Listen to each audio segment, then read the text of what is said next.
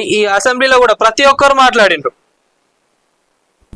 రాష్ట్రంలో 250 మంది హోంగార్డ్స్ ను ఆర్డర్ కాపీ లేదని నిపంతో వాళ్ళకి ఐడి కార్డ్స్ ఇచ్చారు, వాళ్ళకందరూ కూడా యూనిఫామ్స్ ఇచ్చారు. ఐడి కార్డ్స్, యూనిఫామ్లు చేసిన ప్రభుత్వం తప్పిదాన్ని ఇవాళ కూడా కొనసాగుతుంది. దయచేసి ముఖ్యమంత్రి గారు ఈ 250 కుటుంబాలు వీధిన పాలైనారు. వాళ్ళు 10 సంవత్సరాలు పనిచేసినారు. పనిచేసిన తర్వాత మీరు ఆర్డర్ కాపీలు లేవని నెపంతో వాళ్ళకి వాళ్ళ ఉద్యోగం తీసేశారు, వాళ్ళ జీతాలు కూడా పెంచుతలేదు. కాబట్టి ఇవాళ కూడా వాళ్ళు ఉద్యమం చేస్తా ఉన్నారు. దయచేసి తెలంగాణ కోసం వాళ్ళు కూడా క్రియాశీలమైన పాత్ర పోషించారు. వారి కుటుంబాలను కూడా ప్రశ్నిస్తారు. చివరిగా లక్ష్మణ్ గారు చెప్పిన హోంగార్డ్స్ ఒకసారి రిపీట్ చేస్తారా? చూడండి, కేసీఆర్ గారే కదా కనిపిస్తున్నాయి కదా.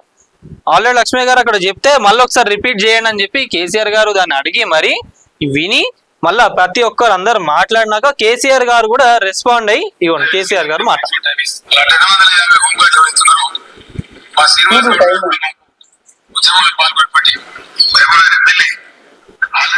ఇది ఎప్పుడు జరిగిన సమావేశం?